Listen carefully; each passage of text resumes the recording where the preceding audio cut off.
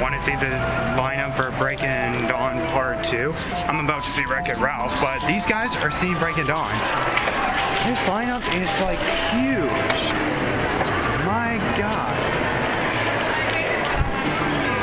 That is just insane.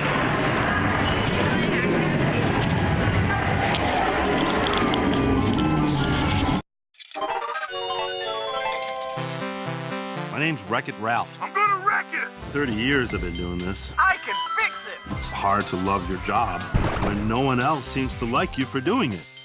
You're just the bad guy who wrecks the building. I'm okay. If I'm really honest with myself, it sure must be nice being the good guy. Ralph, you are bad guy, but this does not mean you're bad guy. I don't want to be the bad guy anymore.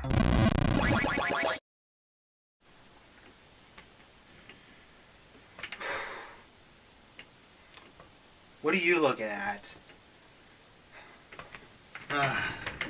Okay, let me just make one thing clear. I went to see this movie, well, yesterday night, so this is just one day after when I'm doing this review. So yeah, I went to see it, and you want to know what I thought? You want to know what I thought? Personally, I think that this movie was better than I thought. Seriously, this movie is actually really good. I mean, when I saw the trailers and even the sneak peeks for this, I thought, okay, it's just going to be a kid's movie and whatever. But hey, that's what most people thought. And you know what? This is a Disney movie. Disney is known for making movies for adults just as much as it is for kids, or making it for kids just as much as it is for adults.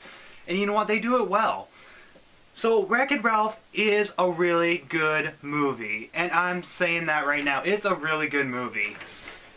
Now, I didn't really see it on its release date. I mean, I would, but I've been kind of busy with other stuff and whatever. Now, whenever I hear people who have seen the movie without giving any spoilers, they have said it's a really great film, and I was like, wow, it must be better than what most people expected. And it actually is better than what most people have expected. So let's just get down to what it is. So you basically know the story if you've seen the trailers. So basically, Wreck-It Ralph is a video game villain in the game Fix-It Felix. And Fix-It Felix is the protagonist of that game and the character that the people play as in the arcade game. And of course, Fix-It Felix is supposed to fix the building with his magical hammer that does the opposite of wrecking stuff. Why do I fix everything I touch? And then the citizens throw Ralph off the roof and then on into mud. And that's pretty much the game. And Ralph is sick and tired of the game, and he's been doing it for 30 years. And the time that this movie sets place is the 30th anniversary for Fix-It Felix, which is pretty cool. And the characters for Fix-It Felix is pretty much Fix-It Felix himself and Ralph. Now, where does Ralph live? Well, Ralph pretty much lives in a dump of where his stump is moved. And pretty much where his stump originally was is where the building is. And the building is pretty much where all the citizens and Felix himself lives. Now, Ralph decides to actually go to Pac-Man's world. Like, if you don't know what this room is, pretty much that room is the room where the ghosts start excluding Blinky. So in this room, we see Clyde, we see Bowser, we see Dr. Eggman, and we see a bunch of other villains. And is it sad to say that I don't know what most of them are? I really need to get out and do more gaming. So anyway, as you know, as you've seen in the theaters, pretty much Ralph explains his problems being the bad guy and such, and the villains do understand him, which is pretty good. But the thing is that he doesn't want to be the bad guy anymore, but he can't mess with the program. You can't mess with the program. Because if he messes with the program, he messes with the game. And if he messes with the game, that could lead into issues. And then, of course, one of them, it's one of the characters, I forget what he was like, "You're not going turbo, are you?" Turbo? Now, what the heck does that mean? What the heck does turbo mean? Well, that's an actual term that they use in their world. Now, what turbo means is game jumping. Now, of course, Ralph says that he's not going to game jump, No, I'm not going turbo. Come on, guys. but he eventually does that anyway. Where'd the eagle? Ralph's gone turbo. But why is it called turbo? Is it like, I'm going to turbo all the way to this game? No, that's not what it means. Turbo is actually a noun. It's actually an actual video game character in the past that actually game jumped his own game because he was jealous that these kids that really liked his game was really liking this other game. And by turbo jumping to another game, it actually messed up both of those games that it caused those two arcades to unplug and be shipped out, which means he pretty much killed off two innocent worlds. And pretty much the movie never explains where the heck Turbo goes, and I really don't want to give away any spoilers of the movie as much as I can possibly can, but yet the way the story is set up is really good. Like, you have your bad guys, Clyde, Bowser, and Dr. Eggman. Those were like the three characters that made me want to see this film. And then later we see that Sonic's also in it, and Sonic is on the poster. That is freaking awesome. So does that mean Sonic and Clyde like get a big role in this movie? Sadly, no. Because in this film, it doesn't focus on any of the video game characters. Like, it shows that there's other video game characters. Like, you see the ping pong at some point. You see Sonic giving an announcement in the Game Central station, and then you see him as an odd cameo at the Fix-It Felix anniversary party, and somewhere in the background of the Game Central station. Sonic is more of a cameo, so therefore he doesn't actually make a physical appearance to actually do anything for the movie. Same thing with Clyde. You think he's going to have a bigger role. Ralph, we get it. But we can't change who we are. And the sooner you accept that, the better off your game and your life will be. But you know what? He doesn't even make a big role, which sucks. I mean, you do see Pac-Man, which is pretty cool, and he doesn't have legs. He looks like the original Pac-Man. Now, of course, some of you might be asking who haven't seen it, is Mario in it? The answer is no. But Mario's name, as far as I am aware, Mario's name has been mentioned once. Other than that, Mario did not make a physical appearance. Like, the Super Mushroom made a physical appearance, which was pretty cool. And yeah, you do actually have, like, this idea of, like, the worlds actually being connected with all these arcades through the courts, and the courts is like their transportation, which is actually a really cool setup. I mean, sure, the whole thing's surreal, and maybe the supernatural can't explain it, but I love the setup. And all the video game characters, good or bad, they just play their roles. It's not like Dr. Eggman really does antagonize Sonic. He just does it as his job. It's their job to actually present the games to them and such. And, you know, it's Ralph's job to be the bad guy for Fix-It Felix. Now, of course, when Ralph decides, beat that shit, I'm gonna jump games. Well, he notices that a party is being thrown, and you find that Felix is celebrating along with the other people. And then this is the point where you're like, why are they celebrating without Ralph? Now, this is the point where you're like, okay, is Ralph being the one who's the dick here, or is the people of Fix-It Felix the ones that are the dicks? Well, actually, the people at the party are total dicks. I mean, they exclude him because he's a video game villain. I mean, what the hell? You're just the bad guy who wrecks the building. So in a way, he is an outcast because they treat him like an outcast. Not because, you know, he decides to live on a dump next to a stump or anything. He's actually treated like an outcast. So in a way, Felix and all of the people are a bunch of dicks, especially the people.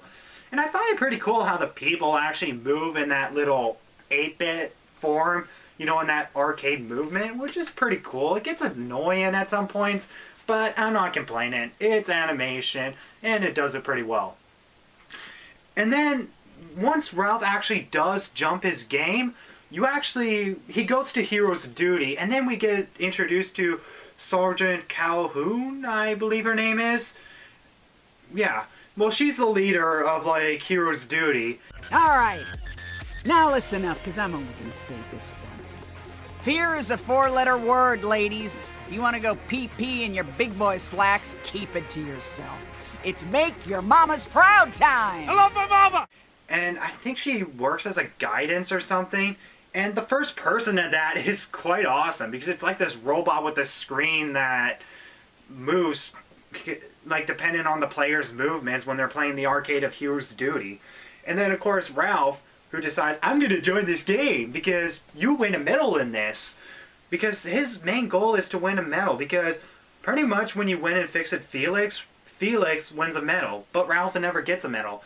So in a way, even though he's treated like an outcast, Ralph is kind of greedy.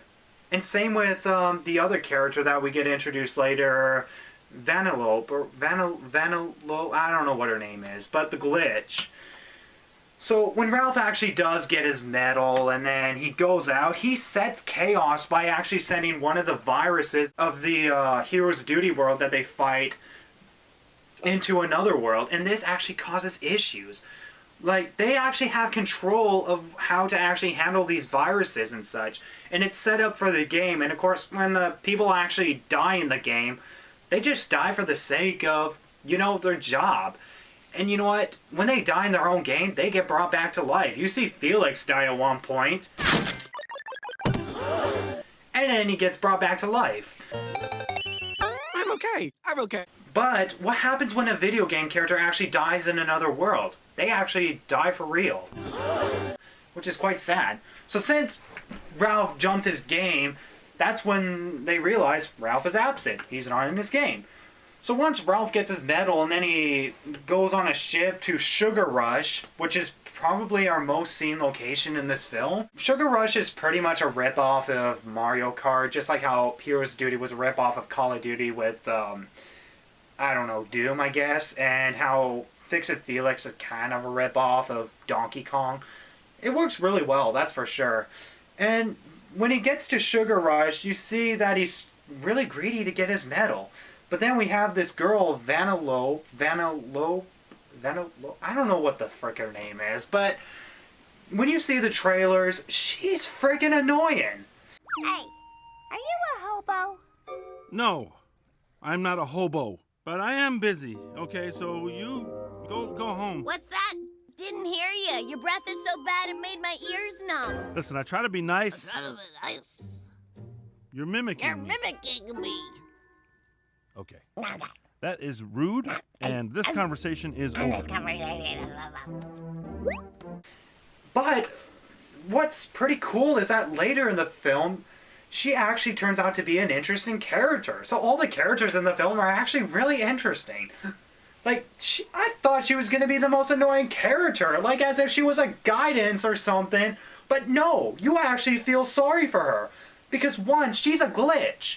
And everyone else in the Sugar Rush game treat her like an outcast. Everyone here says I'm just a mistake.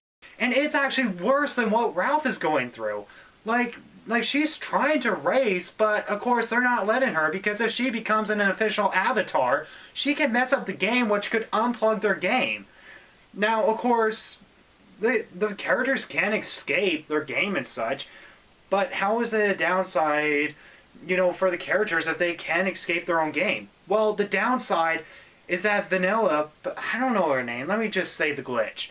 The glitch, she can't escape her own game. She's literally stuck in her own game. She can't escape her own game because she's a glitch, not an official character. So therefore, her life is in danger. As long as this game's plugged in, she's still alive.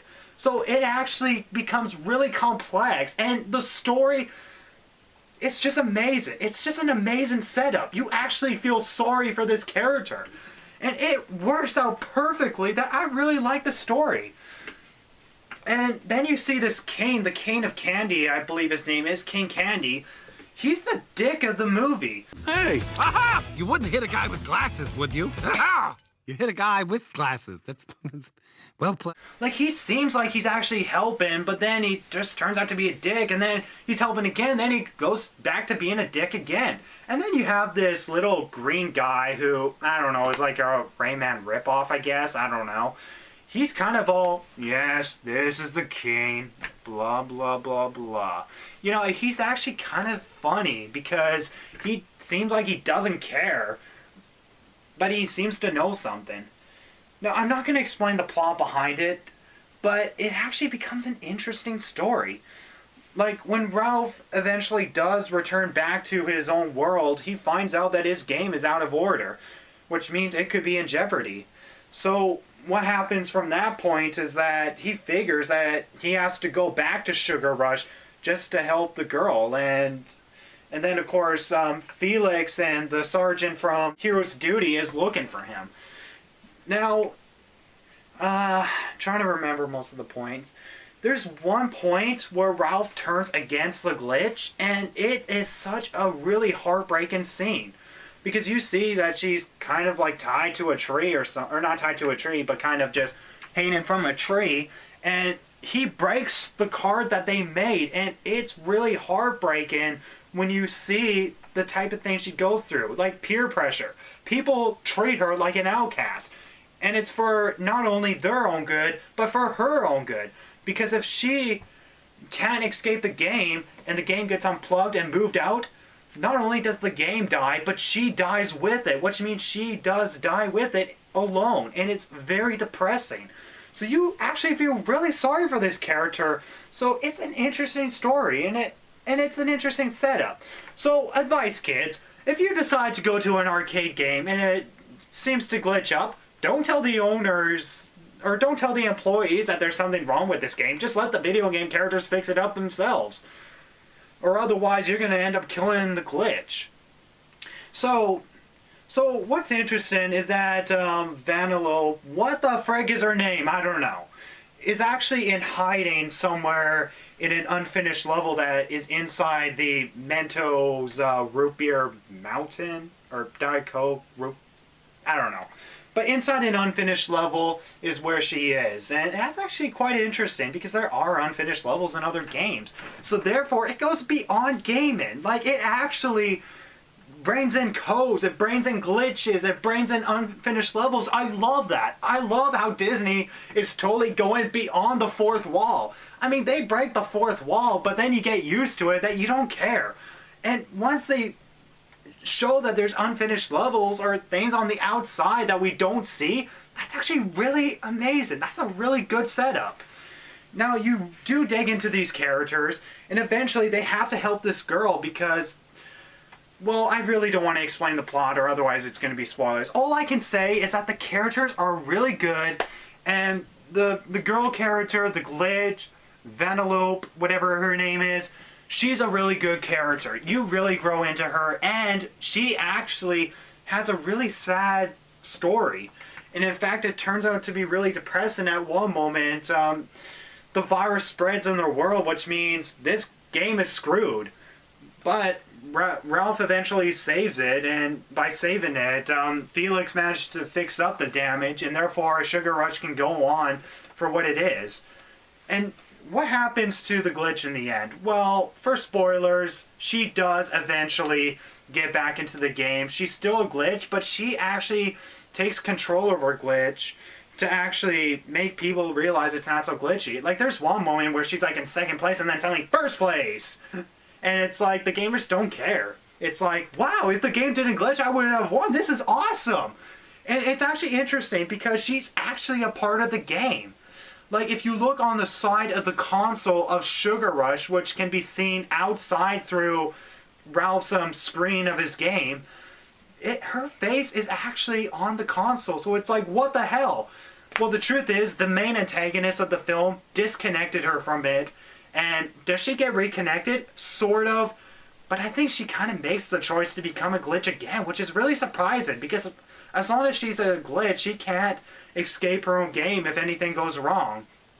But overall, it's actually a really great story. And what I love about it is how it focuses on its main characters rather than the side characters, like the actual video game characters. Like the actual video game characters, you see Pac-Man, Dr. Eggman, Bowser, Clyde. You see all these awesome characters that you really wanted to see. They're not the main focus. They're more minor character or cameo. And it works really well, because the main focus is our main characters.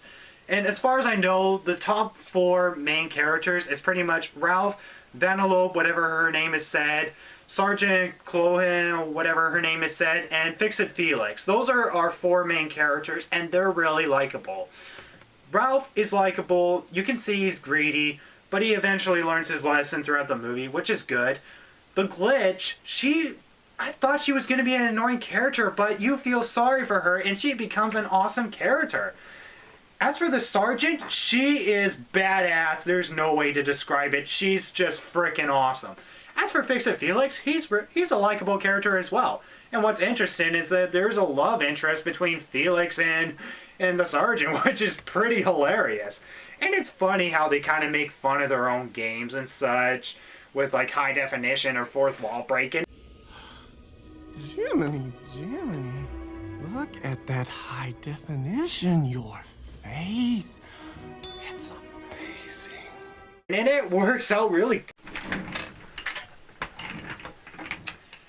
And it actually works out pretty well. So, since my camera actually cut off, let me just continue to end this review because it's probably going to be over 20 minutes because I'm going to be including trailer clips as well. The movie is really awesome. I love how it focuses on the main characters and not the actual video game characters. I mean, you do have one video game character that is not too much of a cameo. He does have a minor role, but other than that, nothing important. I don't remember what the character's name is, but it's a game that I still have not played. Seriously, Nitsa, you should start playing more games. Shut up! Don't worry, Cubert. Maybe your game might be plugged back in. You'll see. And don't worry, I'll be sure to play your game. Anyway, now, is there any downsides with this movie? Well, I think there are kind of plot holes that need to be explained, like how the whole game connection thing works, but the setup's really good. That I don't care. I don't really. If someone's to criticize it, it's more of a nitpick.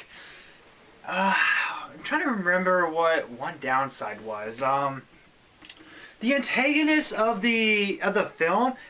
Once you see it, it's like, kind of a little cliche there, but you don't really care. It's a good setup and it's really good. And as for another downside, I'm trying to remember what the other downside was. I don't remember what it was, so I may have to skim over it. So, in terms of how the characters and story and ideas set out, it's really good. And the movie is really good. And the question for you guys is, what is the age target? It's any age. Kids can see it, teens can see it, adults can see it. It's just enjoyable for any age. And of course, while it is enjoyable for kids, some of the details with like glitches, unfinished levels and codes and such, that kind of stuff, kids might understand if they're big fans of gaming, but if they're not into gaming, then it might confuse them. But when you get older, then you know the idea. And the question is this movie for gamers or non-gamers? Like, can it be viewed for non-gamers?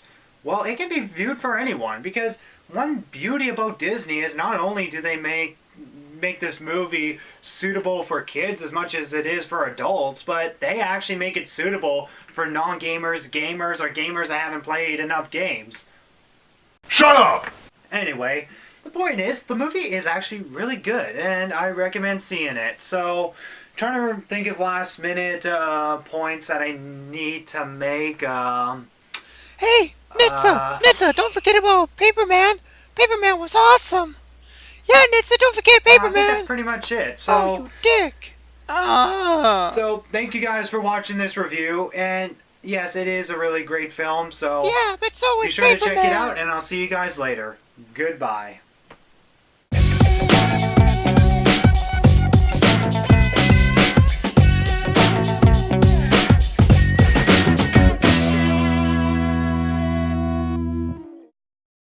And also, before I leave, I was thinking of possibly starting a third channel. Like, I have my original channel, Nitsa94, which hopefully gets active with, like, original content. Then I have this channel, NitsuaGamer, which is my gaming channel. I've been thinking of a possible third channel, which is basically movie reviewing. If you like the idea, then comment down below. And also comment down below what your thoughts of Wreck-It Ralph is. So, I hope you guys enjoyed this review. I'll see you later. Goodbye.